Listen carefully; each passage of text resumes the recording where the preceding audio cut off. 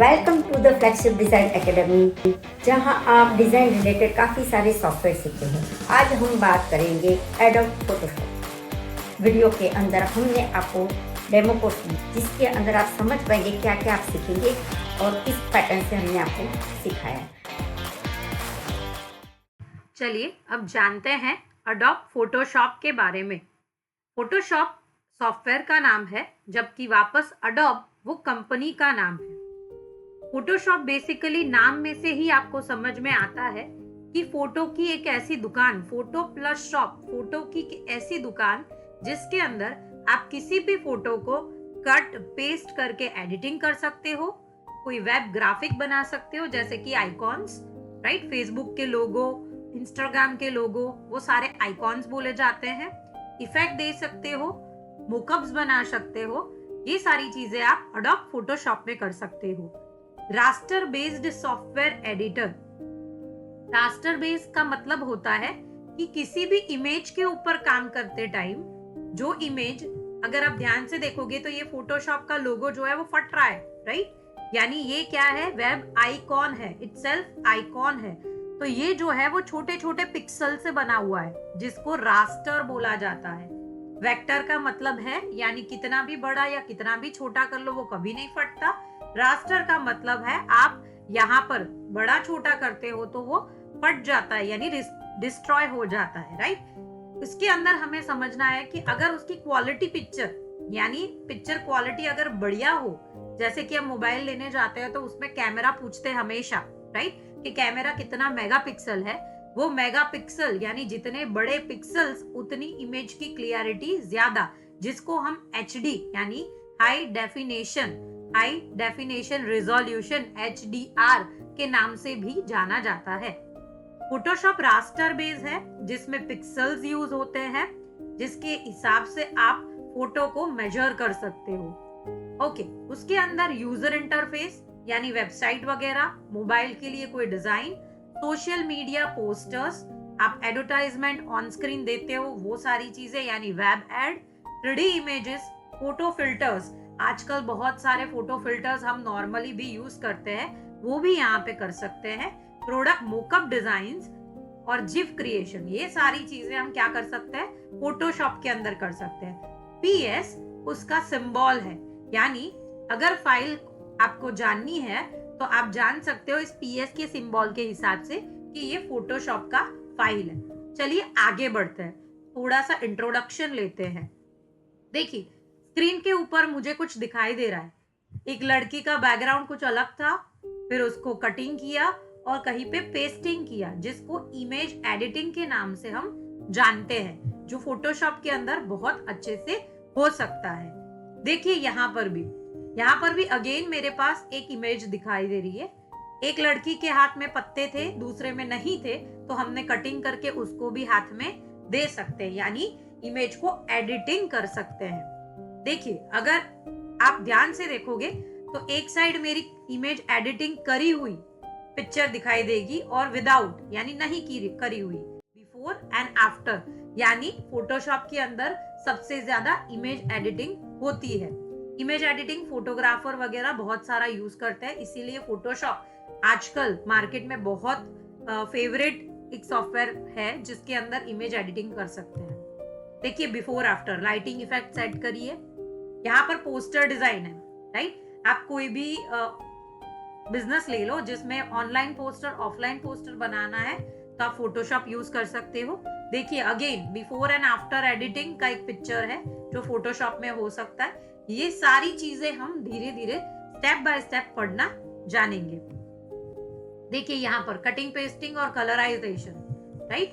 देखिए पिक्चर, आप मूवीज देखते हो, फिल्म के पोस्टर्स जो ऑनलाइन दिखते हैं आपको, वो सारी चीजें जो रैंडम होती है, असलियत तो नहीं होती है पर उसको नियर बाय असलियत के तौर पे दिखाया जाता है, वो सारी चीजें एडिटिंग फोटोशॉप में होती है। देखिए राइट, ये सारी चीजें हम फोटोशॉप में टर्न बाय टर्न पढ़ते जाएंगे। चलिए अब फोटोशॉप में जाते हैं। फोटोशॉप आपका इंटरफेस यानी यूजर इंटरफेस, वेलकम स्क्रीन कुछ आपको इस तरह से दिखाया जाएगा।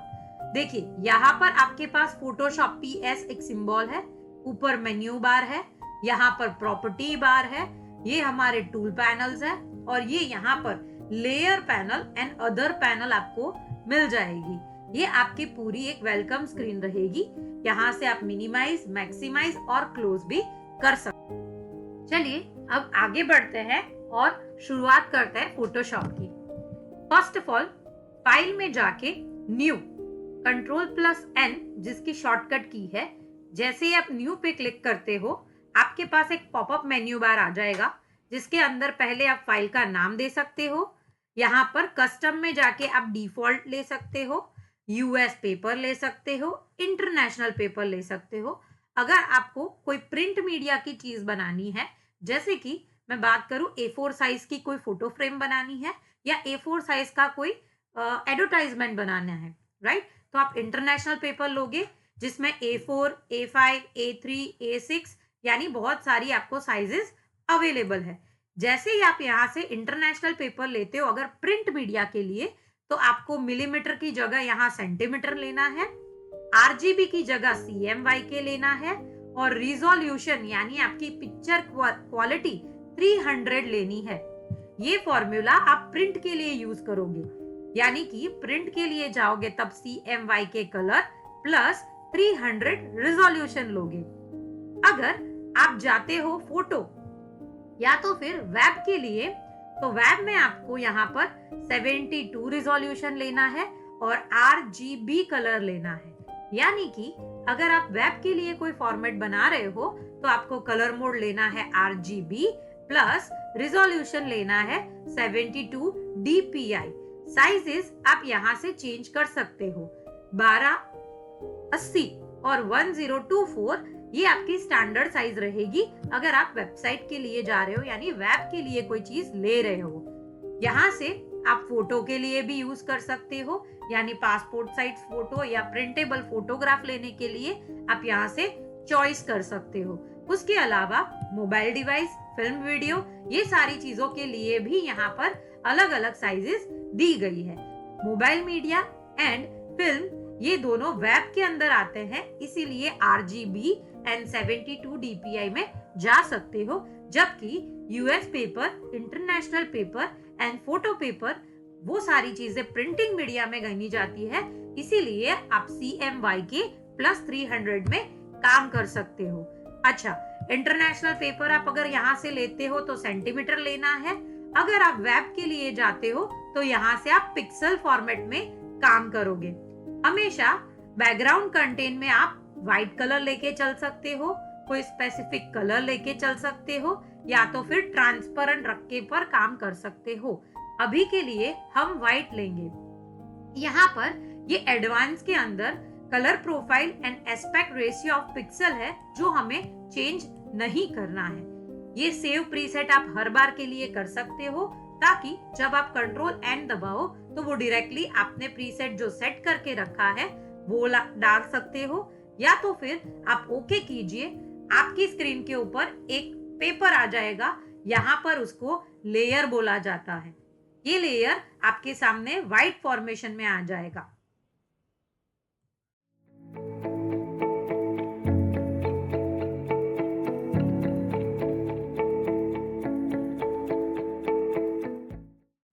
चलिए अब जानते हैं पिछले कुछ टूल्स को वापस यूज करके एक नई टेक्निक जिसको बोलता है रेस्टोरेशन। जब भी आपके पास कोई पुराने फोटोग्राफ वगैरह पड़े हैं जो फटे हुए रहते हैं, उसको आप कैसे रिस्टोर कर सकते हो और वही वाले रिस्टोर किए गए पिक्चर को आप कैसे नया बना सकते हो और कलराइज कर सकते हो। फर्स्ट ऑफ ऑल मैंने यहाँ पर एक रिस्टोर करने के लिए फोटो लिया हुआ है जो पुराना है। इसको मैं क्रॉप से क्या कर रही हूँ, इतना एरिया क्रॉप कर लेती हूँ ताकि मुझे जितना रिस्टोर करना है उतना ही मेरे स्क्रीन पर रहे।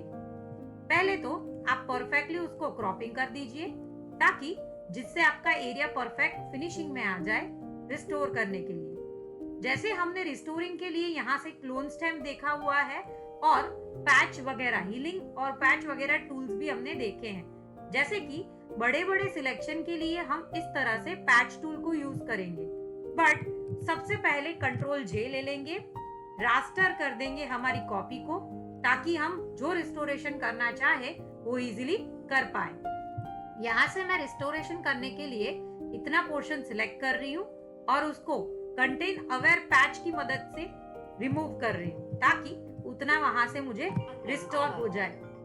अभी सिलेक्शन करके मैं वापस उसको जितना बड़ा बड़ा पोर्शन है उतना रिस्टोर कर रही हूँ। यहाँ से बहुत नजदीक से मुझे रिस्टोर करना है तो कंपलसरी क्लोनिंग से मुझे करना पड़ेगा। क्लोन स्टैम्प टूल से मुझे करना पड़ेगा। ऑल्टर से कॉपी लूंगी और वहां पर पेस्ट करूंगी। अगेन ऑल्टर से कॉपी लेंगे,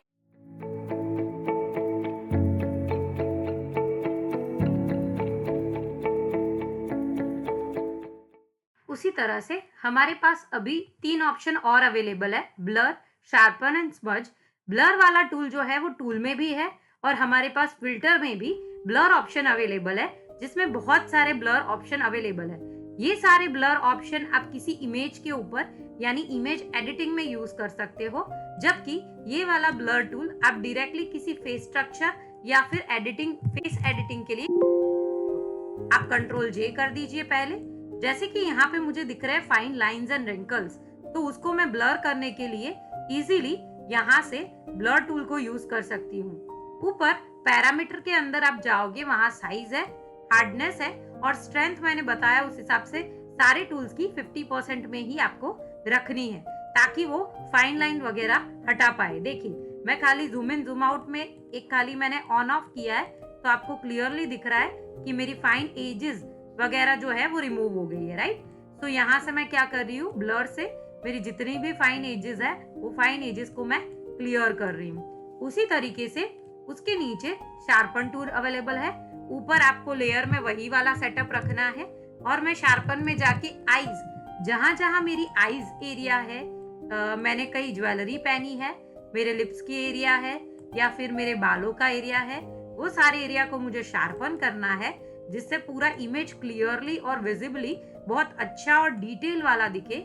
वहां पर मैं उसको ऐसे घुमाऊंगी और उसके बाद हम उसको क्या करेंगे, बिफोर आफ्टर चेक करेंगे। देखिए उसके आईज के पोर्शन के आजू बाजू, उसके हेयर के पोर्शन के आजू बाजू क्लिकिंग होती हुई आपको दिखाई पड़ रही होगी। उसी के नीचे आपके पास है स्मर्ज टूल।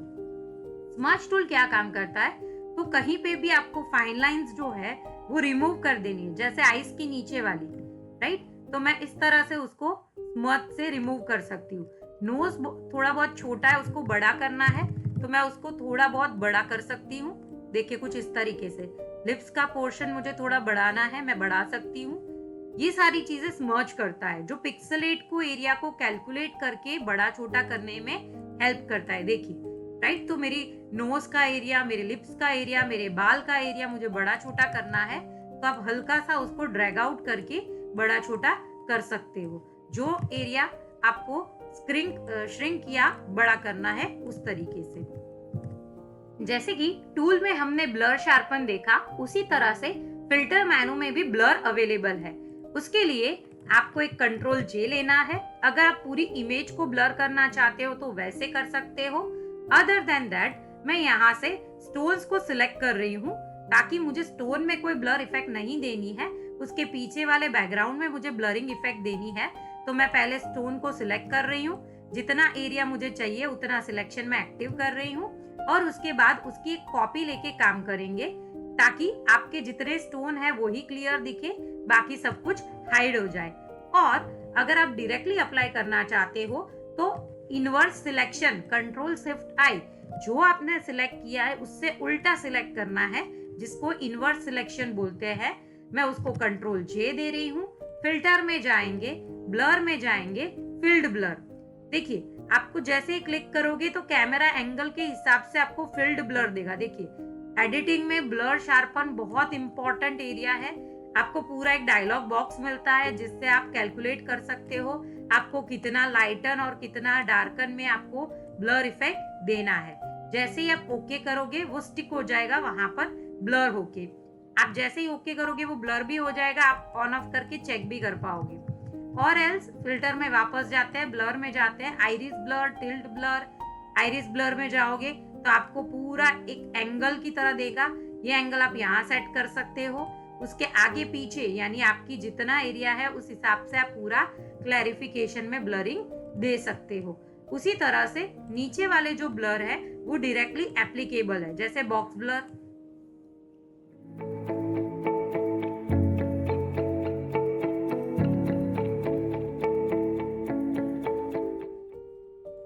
ओके, उसकी थोड़ी प्रॉपर्टी भी हम चेक कर लेते हैं। जैसे फॉरएवर है, उसमें आप वंस कर सकते हो यानी एक ही बार प्ले हो, 3 टाइम कर सकते हो यानी 3 टाइम ही प्ले हो के वो बंद हो जाए, और फॉरएवर कर सकती। अदर में जाके आप प्ले टाइम को यहाँ से बढ़ा भी सकते हो मैन्युअली, अगर आपको 3, 4 जैसे लेना है वैसे ले सकते हो। यहाँ पर ये फॉरवर्ड बैकवर्ड बटन्स है जिसके थ्रू आप देख सकते हो कि मेरा एनिमेशन कैसे प्ले हो सकता है। यहाँ पर जैसे आप जाते हो तो इसकी प्रॉपर्टी के अंदर previous frame, first frame, selection, उसके अंदर आपको क्या पैरामीटर चेंजेस देने हैं, कितनी इन बिटवीन फ्रेम्स ऐड करनी है, आप यहाँ से एनिमेशन के थ्रू ये चेक कर सकते हो। ये सारी डिटेल के अलावा यहाँ पर 0 सेकेंड्स है, यानी ये 1 सेकेंड में प्ले होना चाहिए, रुक रुक के प्ले होना चाहिए। 0 यानी वो फ्लुएंसी में प्ले होगा, जबकि सबको सिलेक्ट करके 0.1 का मैं अगर गैप देती हूँ तो यहाँ से प्ले करते टाइम 0.1 का गैपिंग में वो प्ले होगा, यानी एनिमेशन होगा। जैसे कि अभी इसको स्टॉप करते हैं और पूरे से लास्ट तक हम इसके एरिया में, यानी हमने जब काम किया था इसके लिए स्पेशली जो मैंने दो अंदर ऐड करी है, इस तरह से मैं सबको वापस डिलीट करके भी कर सकती हूँ। खाली हम ओपेसिटी पर अगर नहीं काम देना चाहते हैं तो खाली ध्यान में क्या रखना है कि ओपेसिटी नहीं देनी है, ताकि वो सॉलिड मूवमेंट करे। जो अभी हमारा ओपेसिटी में जा रहा है वो ऐसा ना बिहेव करे। सो बेसिकली ये सारी प्रॉपर्टी टाइमलाइन की है, और टाइमलाइन देने के बाद आप उसको वापस से सेव तो कर ही सकते हो फॉर वेब एंड डिवाइस, और उसमें आपको लेना है जीफ एनिमेशन, राइट। सो इस तरह से आप जीफ एनिमेशन को यहाँ पर सेव कर सकते हो। इसी तरह से हमने पूरा फोटोशॉप के अंदर बहुत सारी हैंड्स ऑन प्रोजेक्ट करके देख लिया है कि हम किस तरह से वर्कआउट कर पाएंगे और अपना पोर्टफोलियो बना पाएंगे। यस, तो आपने डेमो कोर्स देख लिया कि किससे सिंपल लैंग्वेज में आपको एक एक टूल समझाया है। फटाफट से एनरोल कीजिए और अपना career as an designer start कीजिए।